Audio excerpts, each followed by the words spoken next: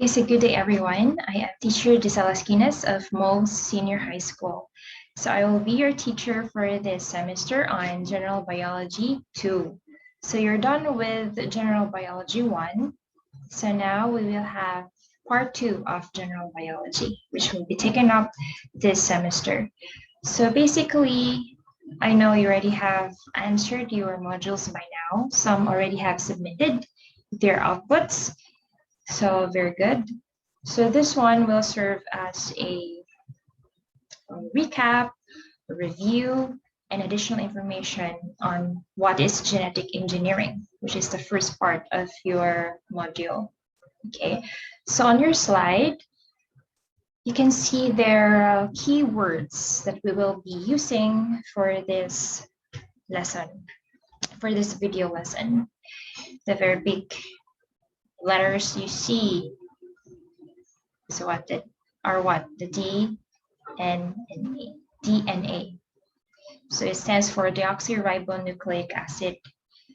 Okay, we also have the terms genetic, scientists, PCR, or polymerase chain reaction, discovered, process. We also have engineering. Okay. We also have engineering, gene, bacteria, growth, and so on and so forth. Of course, we also have plasmids and enzymes. So those are key factors or keywords for you to familiarize with later on. Also additional is the vector. Okay, so our first topic is on genetic engineering. From the term genetic, we will be dealing with genes, something to do with the genetic material. Okay. Again, if you can still remember, we have two genetic materials. We have the DNA and the RNA, ribonucleic acid. The DNA is double chain, okay, double-stranded rather. Then RNA, ribonucleic acid, is single-stranded. Okay, so to proceed, we have these objectives for today. So after going through this lesson, you are expected to, number one, outline the processes involved in genetic engineering, and number two, discuss applications of recombinant DNA. So there are a series of applications for you to familiarize with. Okay, so let's begin. So what is exactly genetic engineering? So it refers to the keywords direct manipulation of DNA. When you say direct manipulation, you make use of engineering. You engineer the genes, you manipulate, you alter the genes. You get a certain gene from one organism and put it in another organism. So this is to alter an organism's characteristics. So we have learned that on Bio 1, if I'm not mistaken. Phenotype in a particular way. Phenotype are the obvious characteristics that you can observe in an organism. So this initially referred to various techniques used for the modification or the manipulation of organisms through the processes of heredity and reproduction. Okay, so you engineer the genes, isolate the genes of your interest and put it in a certain host cell, then have it replicated to make a lot of this kind of characteristic that you want your organism to have. Okay, to proceed. So the term refers to artificial selection and all the interventions of biomedical techniques. When I say artificial selection, this is in contrast with your natural selection that we know of in the process of evolution. Okay, so this time, since you do it in a laboratory, done by humans, okay, done by experimentation rather. So it's artificial, done in the laboratory. Also termed as artificial insemination, in vitro fertilization, In vitro means done in the test tube, or the so-called test tube baby. So you are aware and familiar of cloning and gene manipulation. Those are the key terms involved when we talk about genetic engineering. Okay, so in organisms, genes, are altered for a specific purpose. It is now called as transgenic organism, or if you simply put or familiar with genetically modified organism, or simply transgenic organism. Okay, so as we discuss our topic for today, okay, you will encounter the term restriction enzyme. So what is this restriction enzyme? So as you can see in the picture, restriction enzyme specifically attacks a certain part of your DNA or certain gene.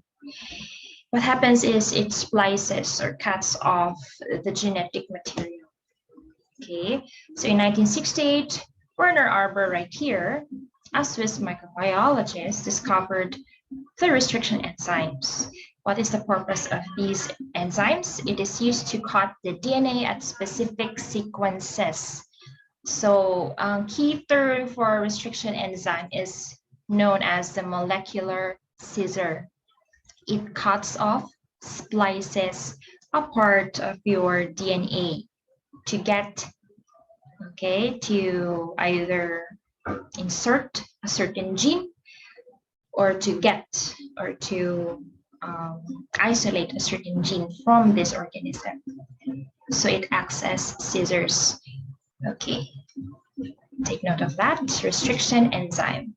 Next, process and techniques. Okay, for the process, most recombinant DNA involves the insertion of foreign genes into the plasmids, which are actually small rings of DNA, the so-called vectors of common laboratory strains of bacteria. So the common bacteria we make use of is the Escherichia coli or the E. coli. Okay, so this is, as you can see, the bacterial cell or simply bacteria. This is actually unicellular, okay, one or single-celled organism. So inside the bacteria, okay, we have the so-called nucleoid or the chromosome of the bacteria, the so-called bacterial chromosome. We also have tiny circular genes, which are called plasmids, okay, mga disc-like structures. The term here is foreign genes. Why foreign? So we will discuss that further. So plasmids are not actually part of the bacterial chromosome, okay? So what is the purpose of this plasmids if we already have the chromosome? Okay, these plasmids are capable of directing protein synthesis, and like chromosomal DNA, they are reproduced and passed on to the bacterium's progeny. So why are they again called foreign genes? Because bacteria can actually pick up plasmids from its environment, okay, or from other bacteria. So that's why plasmids can transfer from one bacteria to the next. Okay, we will discuss that further. Okay, so how do they transfer these plasmids from one bacteria to the next? It is through the process of bacterial conjugation. So what is this? This is the transfer of genetic material between bacterial cells by direct cell-to-cell contact or by a bridge-like connection between two cells. And we name that, okay, we call that as the conjugation pilus right here. this bridge-like structure there that connects one bacterial cell to the next. Okay, so if this is the F plasmid right here, this conjugation pilus is able to house this plasmid to be transferred to the next bacteria. It can to the next bacteria. So take note that the donor bacterial cell, okay, is termed as the F plus cell. It donates the plasmid. The one or the recipient bacterial cell that will accept the F plasmid will be called as the F minus cell or the recipient cell. Okay, a special plasmid called the F, or stands for fertility plasmid, plays an important role in conjugation.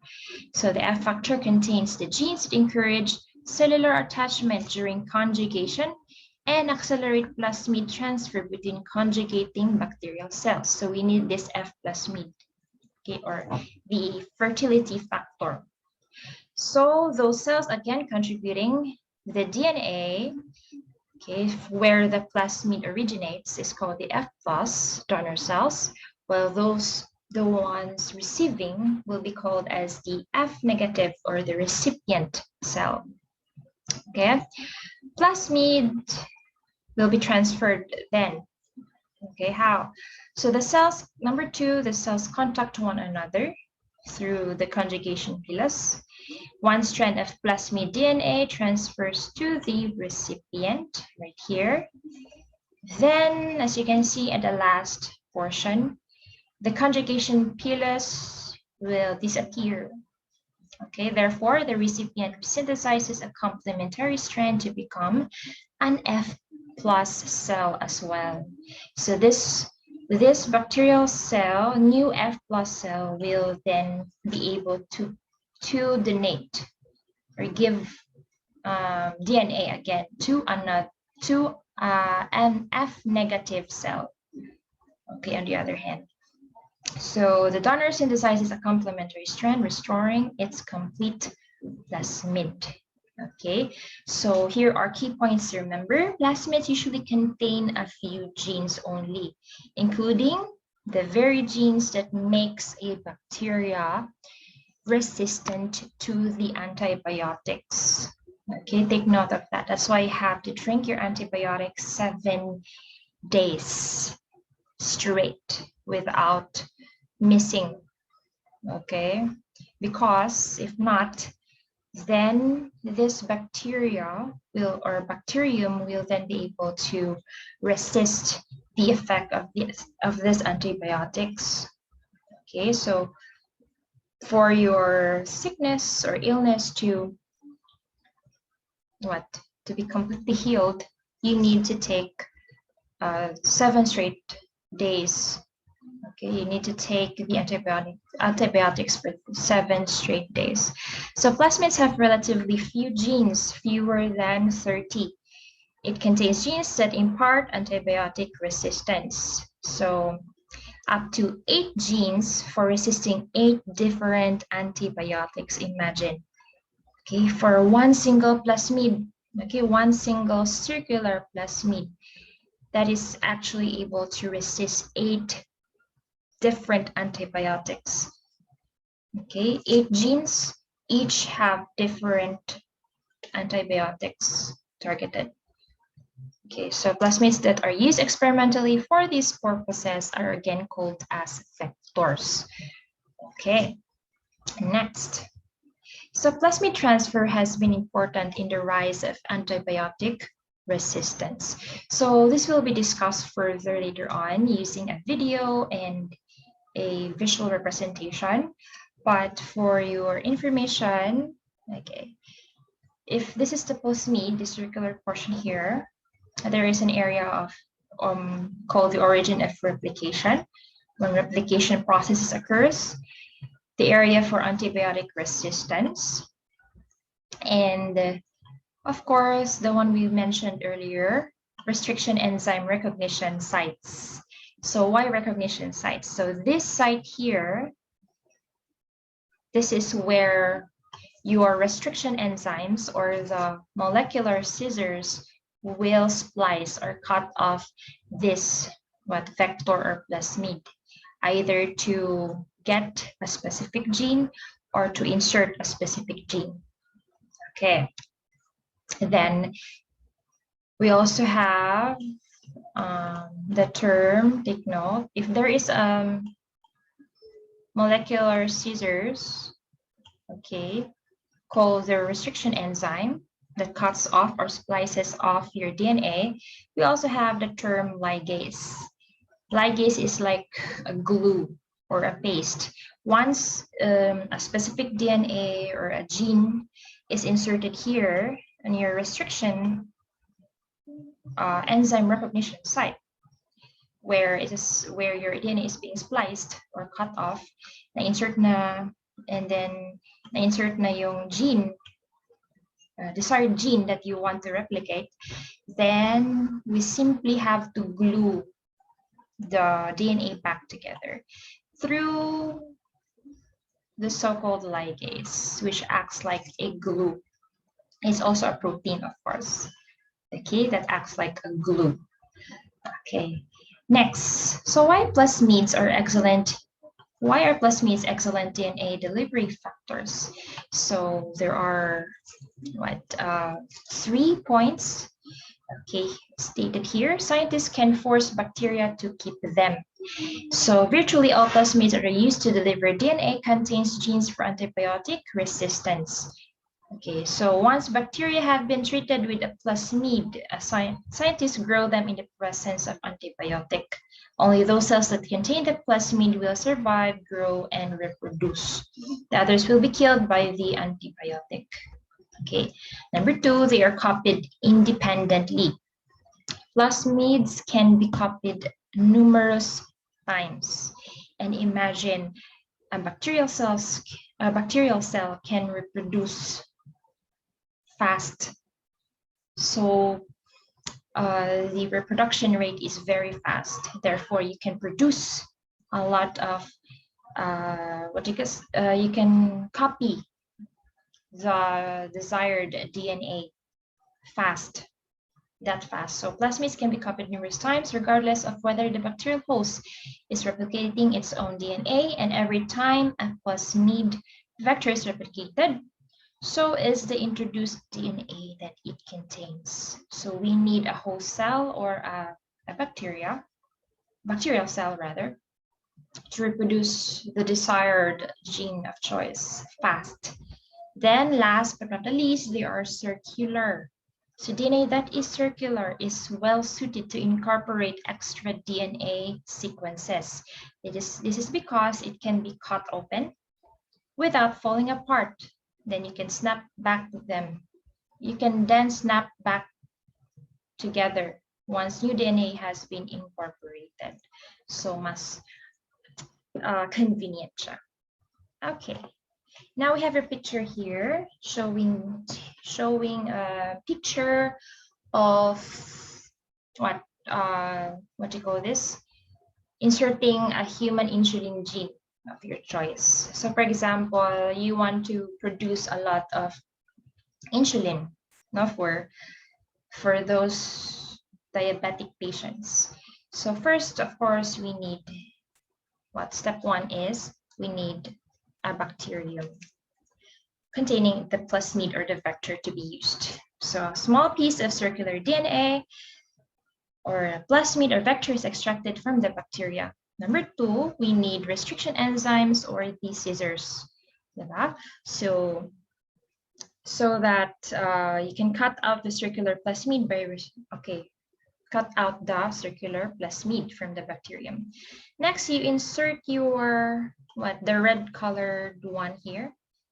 Your desired gene is human insulin gene. This is the desired gene you want to reproduce numerous times.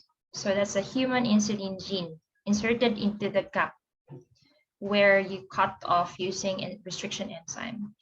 Then, actually it's not shown here, but we need, they can snap back together Okay, then you can insert them again to a host cell. This time it's also a bacterium.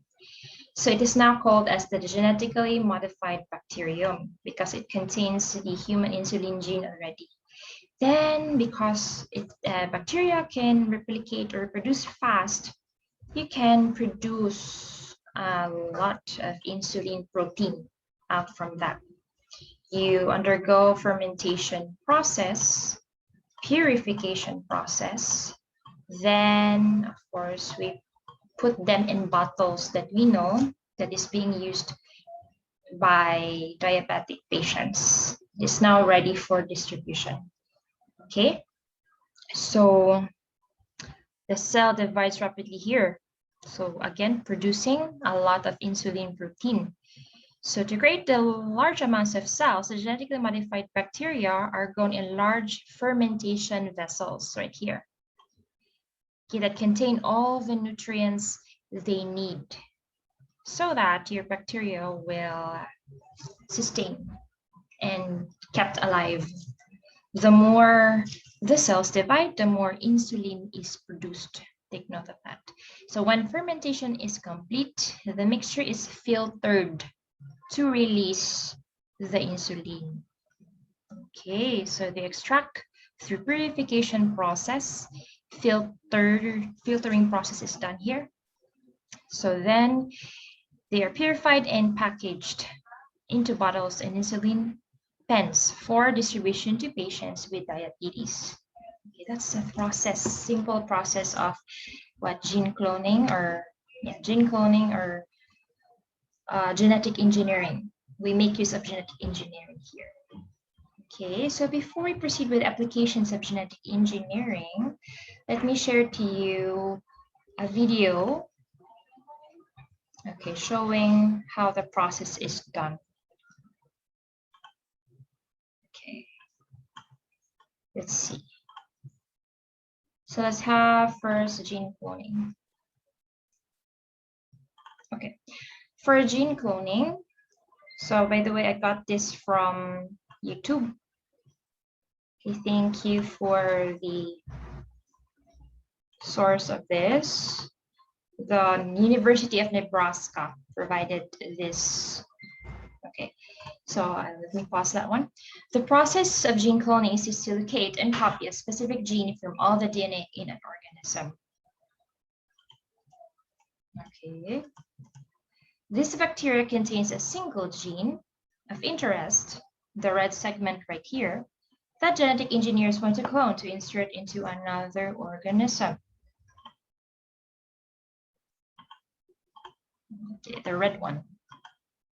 Next, the DNA is first extracted from bacteria and then placed into the test tube.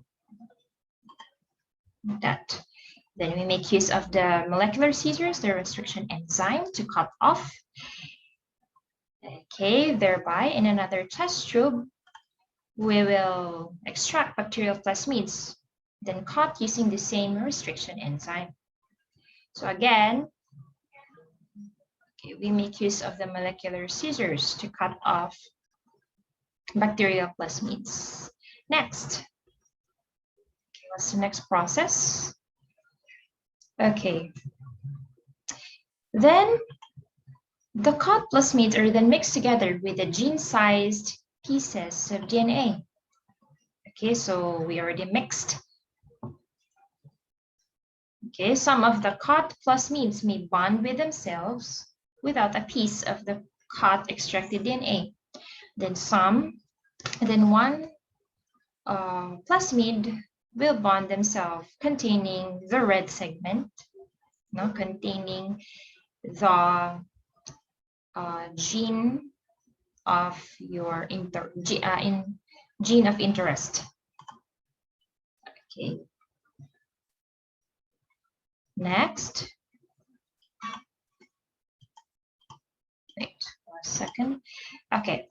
Bacteria are then added to the test tube of recombinant plasmids. So on the same test tube, you place the bacteria, which are the host cells. Next, Through the process of electroporation, or making use of electricity or electric shock, we make use quick pulses of electricity to create small holes in the bacteria's cell walls. Okay, the purpose of which is that it becomes an entry point. These small holes will become an entry point of your plasmid. The recombinant plasmids are then able to enter the bacteria, which will express the genes. The transformed bacteria will then be considered transgenic. However, not every bacterium will take up a new plasmid and become transgenic. Only those containing an antibiotic resistance gene, the red segment. Therefore, transformed bacteria will have antibiotic resistance. Okay, so how will this be done? So next. Okay, so after electroporation, the bacteria are plated out or placed on a petri dish onto a media containing the antibiotic. Okay, so the medicine, you place it in the petri dish. Now, the next process is, how we know it is the recombinant. How do you know it's the transgenic one, diba? So bacteria that have not been transformed will not have antibiotic resistance and die. Okay. Bacteria that have been transformed with a plasmid will grow and multiply into colonies that are visible to the naked eye. Okay, so the ones containing the desired gene of antibiotic resistance will be the only ones that will survive because they have this antibiotic resistance. Then replication occurs. Organisms have thousands of genes. It may require hundreds of petri plates of bacteria to clone all of these genes. And this collection is then the so-called gene library. Okay. So, of course, this has to be properly labeled. Right.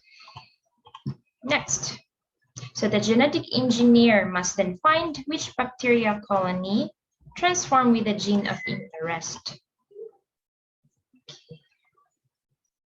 The colony is transferred to a separate petri plate. It is allowed to multiply and divide into a large colony with hundreds of copies of the gene of interest. So since they are the only ones who survived, these are the ones having the antibiotic resistance. Okay, so that's it. So that's how, okay, cloning is done. DNA cloning is done. So this is a product of the Dolan DNA Learning Center. Okay, so I hope you have understood the processes. So let's proceed and go back to our slide.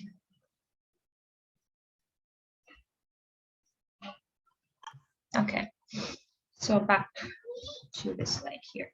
So now let's proceed to the applications of genetic engineering. So we can apply this in agriculture, in medicine, with the use of vaccines, which is actually what made use of right now, especially that we have this COVID-19. We need to reproduce these vaccines fast as energy production in the form of biodiesel, which is environmentally friendly type of fuel for our cars. Then application to industries. Okay. So of course, for agriculture, so that we can have lots, we can produce disease, what do you call this? In agriculture, we make use of these GMOs, which are resistant to different diseases that affects plants, so that we can increase our yield. to address our need for more food sources. Okay, so what is gene therapy? So you already have encountered this, I'm sure. So this one, DNA is introduced into a patient to treat a genetic disease. The new DNA usually contains a functioning gene to correct the effects of disease-causing mutation. So the technique was actually first developed in 1972, but has so far had limited success in treating human diseases. Okay, so this is yet to be discovered in terms of its effectivity. So more studies, more experimentation must be done. So there are different gene therapy techniques. Okay, first one is the gene augmentation therapy. So, for example, we have this orange cell right here, represents the cell that has non-functioning gene. Okay, so what happens here is we insert through genetic engineering, we insert a functioning gene to the cell so that it will actually lead or it will become a self-functioning type, okay, self-functioning normally. So that is what we call as gene augmentation therapy. We augment a certain functioning gene to make a cell function properly. Next is gene inhibition therapy. From the word inhibition, you inhibit or stop or block.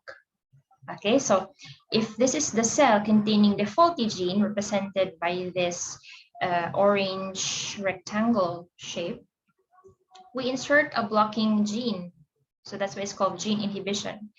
Insert the blocking gene, what happens is the new gene, which is the blue one, will block the effect, the effect of this faulty gene. Therefore, yielding a cell that is functioning normally and properly. Okay. The next one is the killing of specific cells. So how is this done? If this is a diseased cell, we insert a certain suicide gene. Why is it called suicide gene? Is because this gene excretes or produces toxic products, which will then eventually cause this deceased cell to die off. So therefore, if this deceased cell is within our bodies, if we make use of a suicide gene, it specifically attacks the deceased cell only. Okay, then another one is making use of a marker gene. Marker gene which will produce marker proteins. These receptors, these yellow ones, it become receptor cells, receptor sites that is expressed on the cell surface.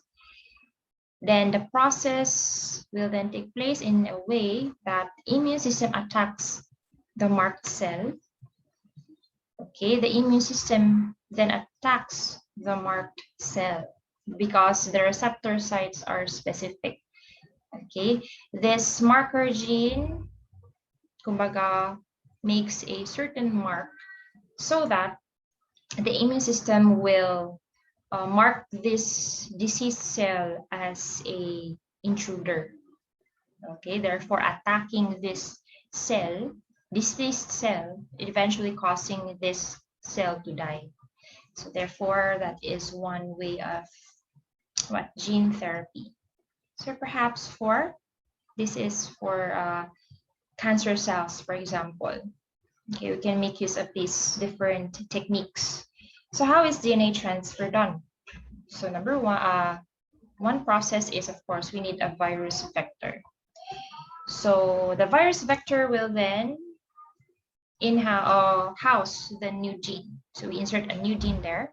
Vector binds to the cell. Vector then is packaged into the vesicle like this.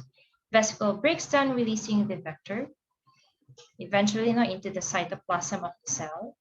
Therefore, going further, this vector travels towards the nucleus where, of course, we know the DNA material or the DNA is housed, or the genetic material is located, so that the new gene is injected into the nucleus. So that replication process will be done and that DNA will be replicated. Okay, so the challenges of gene therapy. So I got this from the site, yourgenome.org. So delivering the gene to the right place and switching it on. So again, it's very critical, no, to transfer a gene and specifically deliver it to the right place.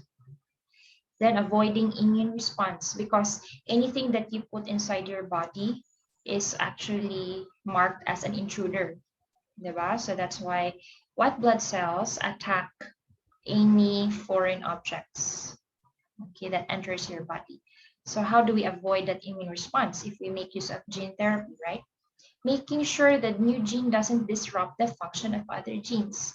So what if it has negative effects on the other genes? Okay, then mutation may take place, which is yet another problem. Then, of course, the cost of gene therapy. So are we able to, are we capable of spending much money for this treatment?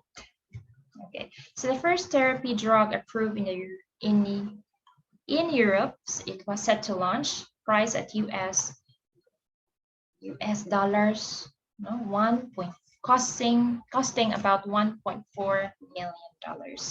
So it's called as Glybera, the first gene therapy drug that has been approved by European regulators, launched in Germany in early 2015 with a 1.1 million euro price tag, far surpassing the $440,000 annual price tag of Alexion Solaris, the previous most expensive drug.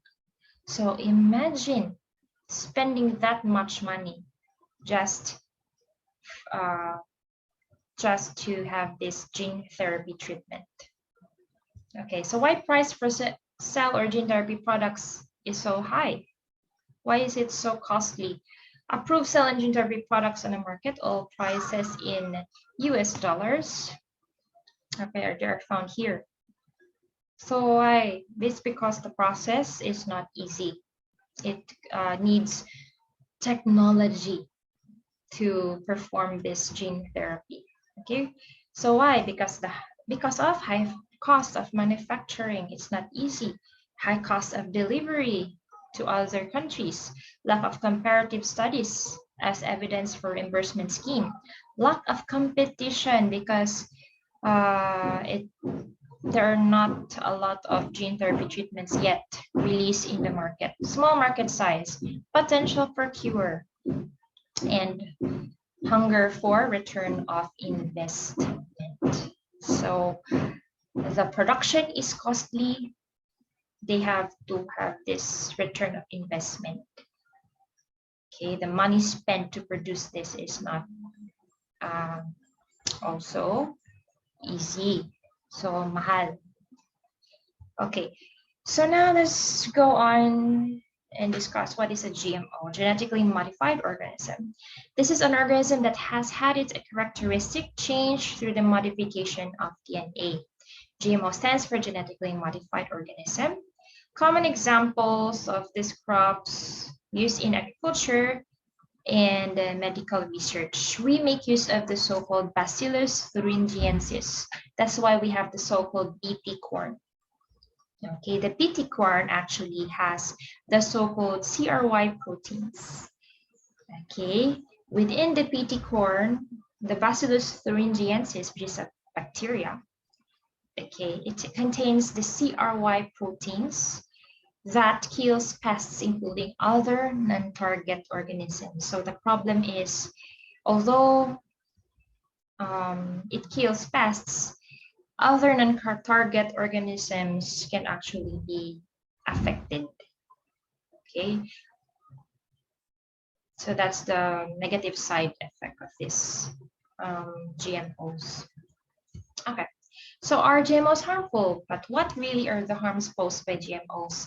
So genetically altered food has been consumed by humans since 1994 when GM tomato was first marketed in the US. Though no one has died from eating GM or genetically modified food, genetic engineering is too new a technology for us to see long-term impact on human health. So far, so good. Okay, but it's up to you if you want to purchase GMO products. You may. Okay, next.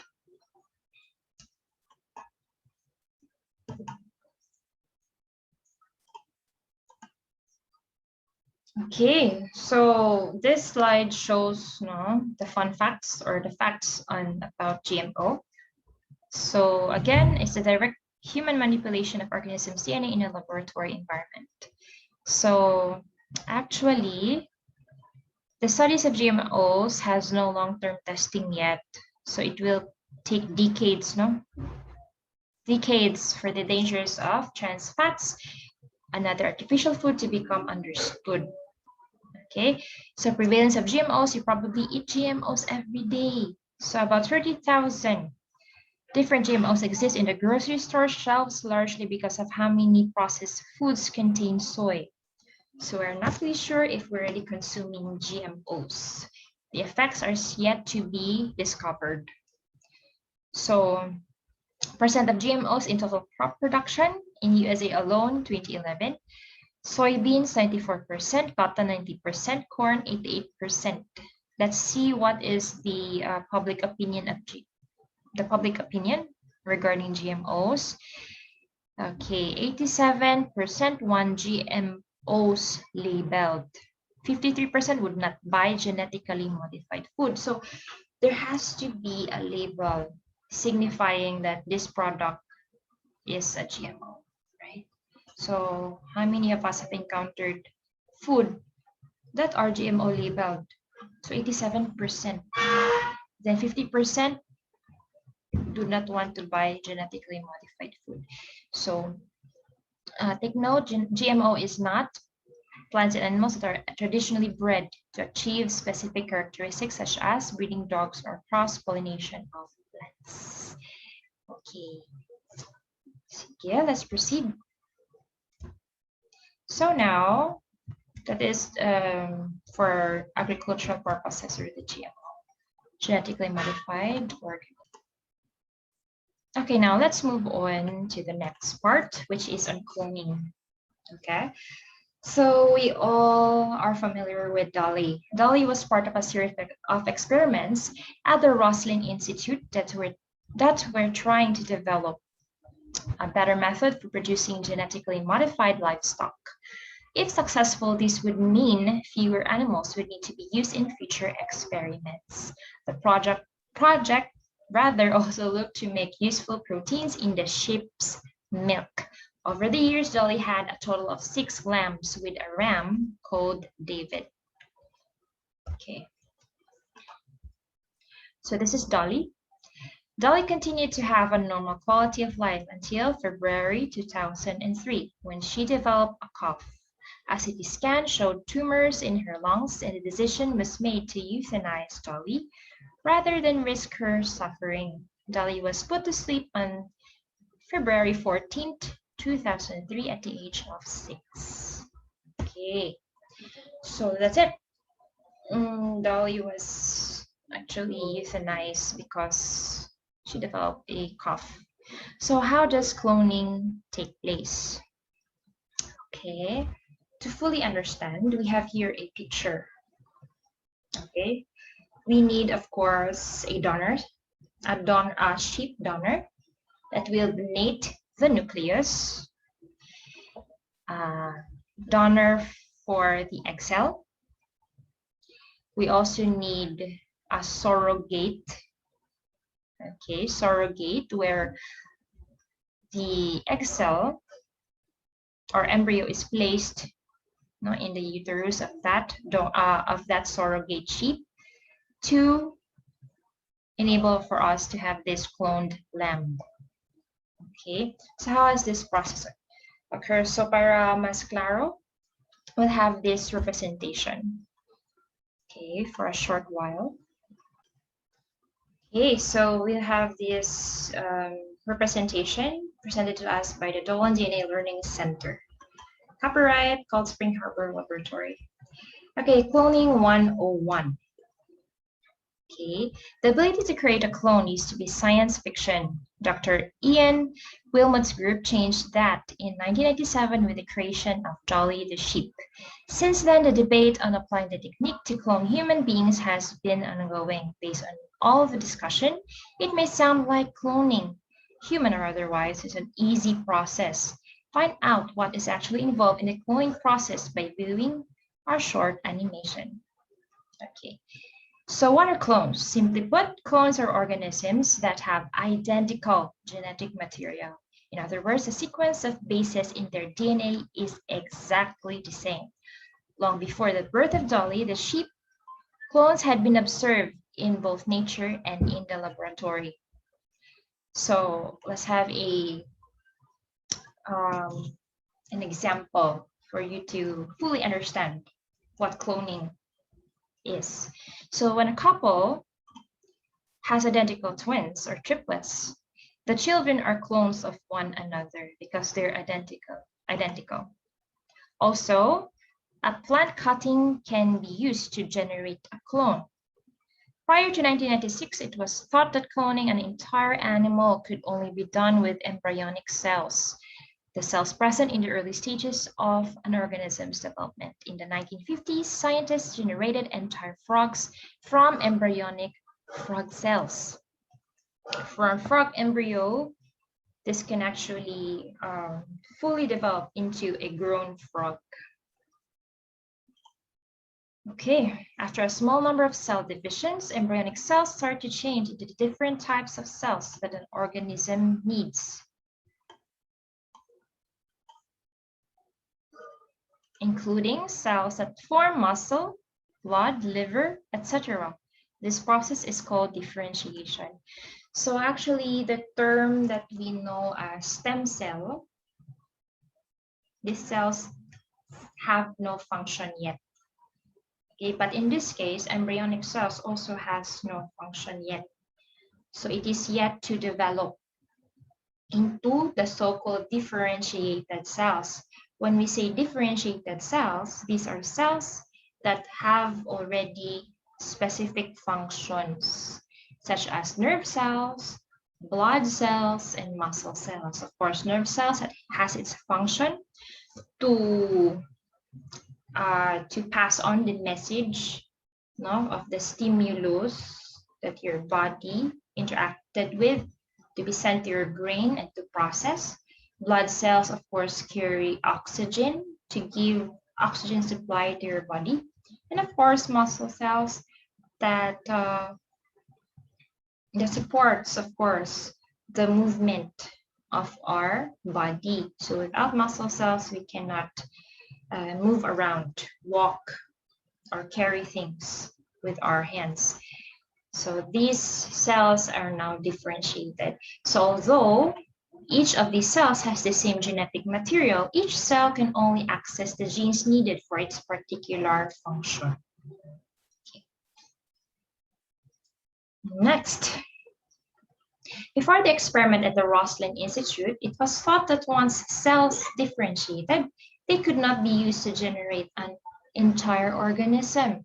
For instance, in a sheep, other cells could generate other cells, but not an entire sheep. So what is this other cell? Other cell is the female reproductive part of a sheep. Even in cows, they have udders that contain milk, right? So this is the female reproductive part of the sheep. So if we generate other cell, it was thought that they could not be used to generate an entire organism.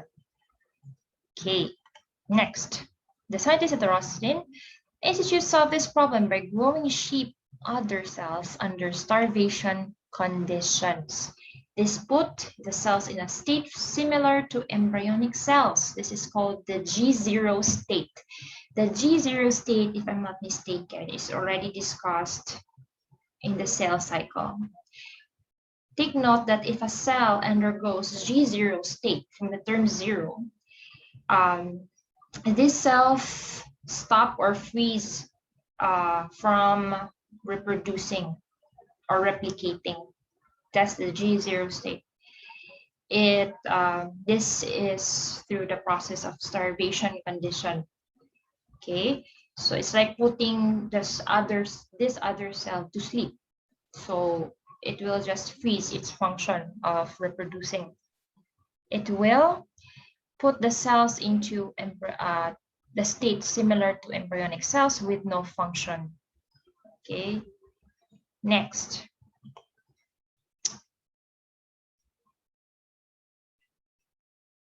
Okay, to proceed, an egg cell was taken from another sheep. Okay, the nucleus, which contains the genetic material, was removed from the egg cell using a very fine needle. So for you to understand further, compare. And the egg cell, if I told you we need a donor of the egg cell, in this case, it is the black-faced sheep is the donor of the egg cell. The egg cell, once they got the egg cell, they remove the nucleus of this egg cell. What happens next is that during using a very fine needle, they remove the nucleus, and instead to be replaced by the nucleus from the other cells. They can then use electric shock to fuse one starved other cell. Again, starved other cell is in the G0 state with no function. Okay, with one nucleus free egg cell. And what happened was the nucleus donor of this G0 state, nucleus donor, was actually a white-faced sheep. Take note of that. So again, take note, the nucleus donor. Of course, the nucleus contains the genetic material. Okay, take note of that. Next, so through electroporation or electric shock, they were able to make 277 of these fused cells. Okay, next. So then the nucleus of the other cell, starved G0 state other cell, was inserted to the egg cell of the black-faced sheep. Next. Although the egg cell came from the black-faced sheep, notice that the nucleus with the genetic material came from the white-faced sheep onto your right side. So what happened was the fused egg cells were inserted into several different sheep. These surrogate mothers were also black-faced, surrogate or host mother. So again, take note, the egg donor is a black-faced sheep.